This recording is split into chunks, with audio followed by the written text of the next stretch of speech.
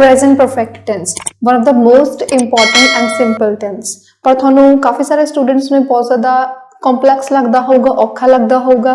जे तुसी ये video starting तो लैके लास्ट तक बिना स्किप किते देखते हो तो मेरी गारंटी है कि थानू प्रेजेंट परफेक्ट टेंस नू समझण दे विच ते डेली कन्वरसेशन दे विच यूज़ करन दे विच बिल्कुल भी डिफिकल्टी नहीं आऊगी, बहुत ज़्यादा आसानी होगी।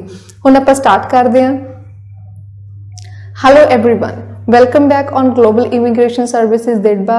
अज दे इस वीडियो लैक्चर दे विच आपां करांगे प्रेजेंट परफेक्ट टेंस जिहड़ी की है प्रेजेंट टेंस दी थर्ड सब टाइप, जिहड़े इहदियां फर्स्ट ते सैकेंड सब टाइप ने प्रेजेंट इंडेफिनाइट टेंस ते कॉन्टीन्यूअस टेंस। ओदी अलग वीडियो बनाई हुई है ते ओदा लिंक तुसीं डिस्क्रिप्शन बॉक्स दे विच चैक कर सकते हो ते ये वीडियोस नूं तुसीं देख सकते हो। प्रेजेंट परफेक्ट टेंस जो है असीं कदों यूज करना है, उन्हां एक्शनस दे लई यूज करांगे जिहड़े हुण तक कंप्लीट हो चुके ने। जिवें हुण आपां देखदे हां an action has completed by now, इहदी यूजेज कित्थे हैगी है जदों कोई काम हुण तक कंप्लीट हो गया है, कंप्लीट हो चुका है।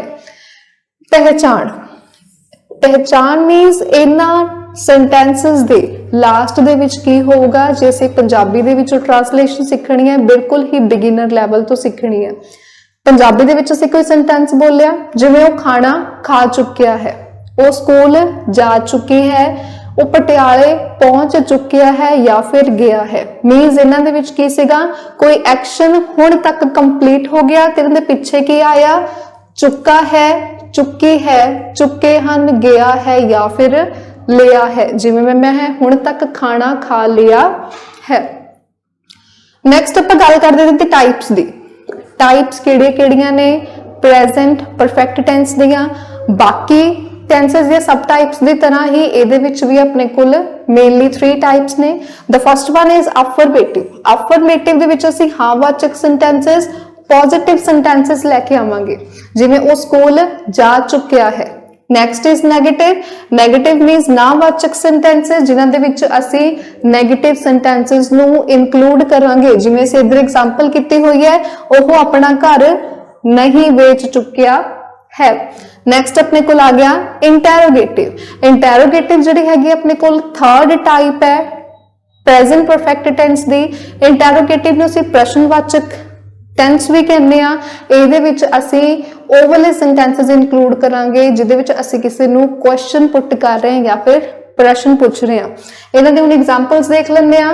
एग्जांपल्स की ने, मैं दिल्ली पहुंच गया हाँ। नैक्सट एग्जांपल हैगी है लड़के स्कूल दा काम कर चुके हैं, कि बच्चे पार्क विच खेड चुके हैं। जिहड़ी यह टाइप हैगी है that is of interrogative sentence दी है, जिहदे विच असीं किसी नूं प्रश्न पूछया है।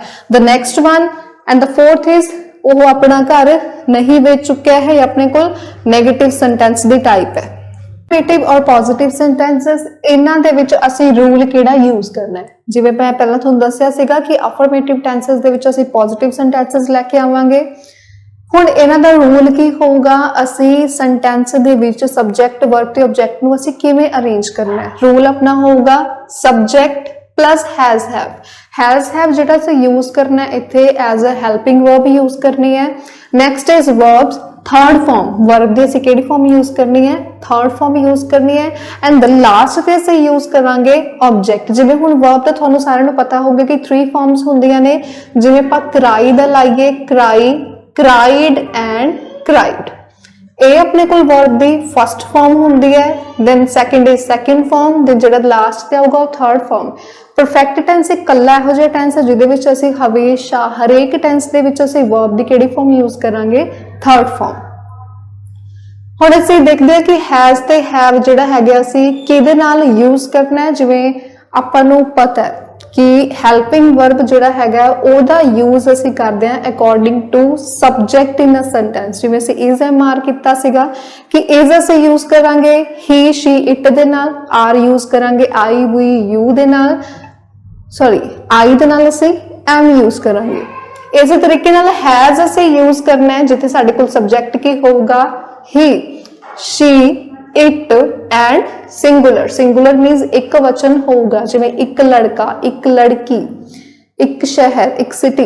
नेक्स्ट इज हैव ਅਸੀਂ ਕਿੱਥੇ यूज करना है ਜਦੋਂ ਤੁਹਾਡੇ ਕੋਲ सब्जेक्ट ਕੀ ਹੋਊਗਾ I we you they and then plural means बहुवचन होगा एक तो ज्यादा जने होंगे एग्जांपल्स कर लेंगे ਆਪਾਂ एग्जांपल फर्स्ट एग्जांपल अपने कोल की है राम नहा चुका है ਇਹਦੇ ਵਿੱਚ ਕੀ ਆ ਗਿਆ ਪਿੱਛੇ ਕੀ ਆਇਆ ਆਪਣੇ ਕੋਲ ਲਾਸਟ ਤੇ ਕੀ ਆਇਆ ਸੈਂਟੈਂਸ ਦੇ ਵਿੱਚ ਚੁੱਕਾ ਹੈ means action has completed by now ਹੁਣ ਤੱਕ ਐਕਸ਼ਨ ਜਿਹੜਾ ਹੈਗਾ ਕੰਪਲੀਟ ਹੋ ਚੁੱਕਿਆ ਮੀਨਸ ਰਾਮ ਦੇ ਨਹਾਉਣ ਦਾ ਕੰਮ ਕੰਪਲੀਟ ਹੋ ਗਿਆ ਤਾਂ ਹੁਣ ਦੇਖੋ ਰਾਮ ਇਸ ਦੇ ਵਿੱਚ ਸਬਜੈਕਟ ਸੀਗਾ ਨਹਾਉਣਾ ਇਸ ਦੇ ਵਿੱਚ ਵਰਬ ਸੀਗੀ ਤੇ ਚੁੱਕਾ ਹੈ ਸੈਂਟੈਂਸ ਦੀ ਆਪਣੇ ਕੋਲ ਪਹਿਚਾਣ ਆ ਗਈ ਤਾਂ ਅਸੀਂ ਕੀ ਲਿਖਣਾ ਸਭ ਤੋਂ ਪਹਿਲਾਂ ਸਬਜੈਕਟ ਕੀ ਹੈ ਆਪਣੇ ਕੋਲ Ram now ram is singular subject ਤਾਂ ਅਸੀਂ singular ਦੇ ਨਾਲ ਅਸੀਂ ਕੀ ਲਿਖਣਾ ਹੈ has ਤਾਂ ਅਸੀਂ use ਕੀਤਾ ram has ਹੁਣ ਨਹਾਉਣਾ means take bath ਹੁਣ take took taken ਆਪਣੇ ਕੋਲ take ਦੀ third form ਆ ਗਈ ਤਾਂ ਆਪਾਂ taken then bath next ਆਪਣੇ ਕੋਲ example ਕੀ ਹੈ ਉਸਨੇ ਮੈਨੂੰ ਕਿਤਾਬ ਦੇ ਦਿੱਤੀ ਹੈ ਹੁਣ ਦੇਖੋ ਇਹਦੇ ਵਿੱਚ ਭਾਵੇਂ ਆਪਣੇ ਕੋਲ ਚੁੱਕਾ ਹੈ ਚੁੱਕੇ ਹਨ ਨਹੀਂ ਆਇਆ ਪਰ ਇਸ ਦੇ ਵਿੱਚ ਜਿਹੜਾ ਐਕਸ਼ਨ ਸੀਗਾ ਬੁੱਕ ਦੇਣ ਦਾ ਉਹ ਕੀ ਹੈ ਹੁਣ ਤੱਕ ਕੰਪਲੀਟ ਹੋ ਗਿਆ ਠੀਕ ਹੈ ਮੀਨਸ ਜਿਸ ਐਕਸ਼ਨ ਦੀ ਅਸੀਂ ਗੱਲ ਕਰ ਰਹੇ ਹਾਂ ਸਾਡੇ ਬੋਲਣ ਤੋਂ ਪਹਿਲਾਂ ਉਹ ਕੰਪਲੀਟ ਹੋ ਗਿਆ ਤਾਂ ਸੈਂਟੈਂਸ ਕੀ ਸੀਗਾ ਉਸਨੇ ਮੈਨੂੰ ਕਿਤਾਬ ਦੇ ਦਿੱਤੀ ਹੈ ਤਾਂ ਆਪਣੇ ਕੋਲ ਸੈਂਟੈਂਸ ਬਣ ਗਿਆ he has given me the book next example अपने को की आ गई उन्होंने मैनू देख लिया है तो अपने को सेंटेंस की बन जाऊगा दे हैव हुण दे अपने को की सीगा प्लूरल सीगा ते असी दे दे नाल असी की यूज करना असी हैव यूज करना तां दे हैव देखना अपने को वर्ब सीगी तां सी सॉ सीन ਅਸੀਂ verb ਦੀ third form use ਕੀਤੀ seen ਕਿਹਨੂੰ ਦੇਖ ਲਿਆ ਮੈਨੂੰ object ਕੀ ਸੀਗਾ ਮੈਨੂੰ ਤਾਂ ਆਪਣੇ ਕੋਲ I ਦਾ objective pronoun ਕੀ ਆਊਗਾ me now fourth example is ਬਿਜਲੀ ਚਲੀ ਗਈ ਹੈ ਤਾਂ ਆਪਣੇ ਕੋਲ ਆ ਜਾਊਗਾ electricity has gone present perfect the negative type ਦੇ ਵਿੱਚ negative sentences ਜਿਹੜੇ ਹੈਗੇ ਨੇ include ਕੀਤੇ ਜਾਂਦੇ ਨੇ ਜਿਵੇਂ ਉਹ ਖਾਣਾ ਨਹੀਂ ਖਾ ਚੁੱਕਿਆ ਹੈ ਇਹਦਾ ਰੂਲ ਜਿਹੜਾ ਹੈਗਾ रूल की हो जाता है subject plus has have plus not verb the third form and then object ਜਿਸ ਮੈਂ ਪਿਛਲੇ ਵੀਡੀਓਜ਼ ਦੇਖੀਆਂ ਹੋਣਗੀਆਂ ਤੇ ਮੈਂ ਉਹਦੇ ਵਿੱਚ ਵੀ ਦੱਸਿਆ ਸੀਗਾ ਕਿ ਅਸੀਂ ਜਦੋਂ ਵੀ ਅਫਰਮੇਟਿਵ ਤੋਂ ਨੈਗੇਟਿਵ ਸੈਂਟੈਂਸ ਨੂੰ ਬਣਾਉਣਾ ਹੈ ਤਾਂ ਅਸੀਂ ਹੈਲਪਿੰਗ ਵਰਬ ਨਾਲ ਜਸਟ ਕੀ ਐਡ ਕਰ ਦਾਂਗੇ not ਐਡ ਕਰ ਦਾਂਗੇ ਤੇ ਮੈਂ ਦੱਸਿਆ ਸੀਗਾ ਕਿ has have ਜੋ ਹੈ ਇਸ ਸੈਂਟੈਂਸ ਦੇ ਵਿੱਚ ਜਾਂ ਫਿਰ present perfect tense type ਦੇ ਵਿੱਚ ਅਸੀਂ has have ਨੂੰ as a helping verb use ਕਰ ਰਹੇ ਹਾਂ ਤੇ helping verb ਨਾਲ ਜਦੋਂ ਅਸੀਂ negative sentence ਬਣਾਉਣਾ ਹੈ ਤਾਂ helping verb ਨਾਲ ਅਸੀਂ ਕੀ ਐਡ ਕਰ ਦਾਂਗੇ ਅਸੀਂ ਐਡ ਕਰਨਾ ਹੈ not ਤਾਂ ਸਿੰਪਲੀ ਸਾਡਾ sentence ਕੀ ਆਪਣਾ ਰੂਲ ਕੀ ਬਣ ਜਾਊਗਾ ਸਾਡਾ subject plus has have plus not plus verb the third form and then object examples ਕੀ ਨੇ सॉरी हैज हैव ਦਾ ਜਿਹੜਾ यूज है ਇਸ ਦੇ ਵਿੱਚ ਵੀ ਸੇਮ ਹੀ ਰਹੂਗਾ हैज ਨੂੰ ਅਸੀਂ यूज ਕਰਾਂਗੇ he she it ਦੇ ਨਾਲ ਤੇ ਸਿੰਗੂਲਰ ਦੇ ਨਾਲ ਤੇ have ਨੂੰ ਅਸੀਂ यूज ਕਰਾਂਗੇ I we you ਦੇ ਤੇ ਪਲੂਰਲ ਦੇ ਨਾਲ ਐਗਜ਼ਾਮਪਲਸ ਦੇਖ ਲੈਂਦੇ ਆ ਬੱਚਾ ਆਪਣਾ ਕੰਮ ਨਹੀਂ ਕਰ ਚੁੱਕਾ ਹੈ ਬੱਚਾ ਇਸ ਸੈਂਟੈਂਸ ਦੇ ਵਿੱਚ ਕੀ ਹੈ ਆਪਣੇ ਕੋਲ ਸਬਜੈਕਟ ਹੈ ਤੇ ਉਸ ਤੋਂ ਬਾਅਦ ਇਹਦੇ ਵਿੱਚ ਵਰਬ ਕੀ ਹੋਇਆ ਹੈ ਐਕਸ਼ਨ ਕੀ ਹੋਇਆ ਹੈ ਕਰਨ ਦਾ ਤਾਂ ਕਰਨਾ ਆਪਣੇ ਕੋਲ ਇਸ ਦੇ ਵਿੱਚ ਕੀ ਆ ਗਿਆ verb ਆ ਗਿਆ ਤੇ ਕੀ ਚੀਜ਼ ਨਹੀਂ ਹੋਈ ਆਪਣਾ ਕੰਮ ਤਾਂ ਆਪਣਾ ਕੰਮ ਇਸ ਸੈਂਟੈਂਸ ਦੇ ਵਿੱਚ ਆਪਣੇ ਕੋਲ ਕੀ ਆ ਗਿਆ object ਆ ਗਿਆ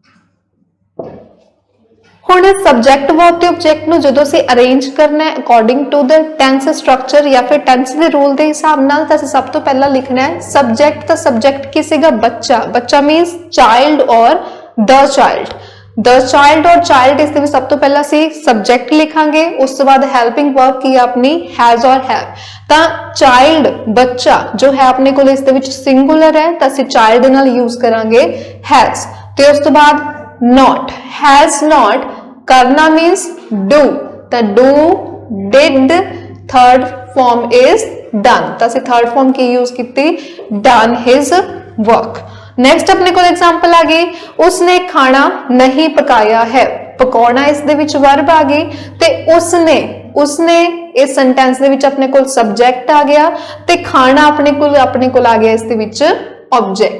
तां जे असीं अरेंज करदे according to the tense structure अपने कोल आऊगा subject and then has have plus not ते उस तो बाद वर्ब दी third form and then object. तो अपने कोल सेंटेंस की बन गया ही और she has not cooked the food.